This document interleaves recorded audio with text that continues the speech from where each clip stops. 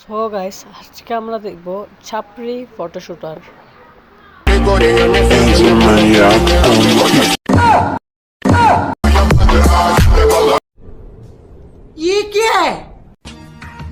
এখন যেই আমাকে দেখে সেই পাগল বলে, আরে এটাই আমার অ্যাটিটিউড। দেখলে বোঝা যায় আপনি উচ্চ শিক্ষিত। নিজের থেকেও যদি কাউকে বেশি ভালোবাসে থাকো তাহলে তাকে বুঝতে দিও না, তাহলে সেই তোমাকে বাঁচতে দিবে না। ঠিক বলেছ। নিঃসন্দেহে তুই ঠিক কথা বলেছিস। তার কথা ভেবে আমার খুবই দুঃখ লাগে। বেচারি আমার থেকে বেটার খুঁজতে যাইয়া এখন আমাকেই খোঁজে। কি একটা অবস্থা।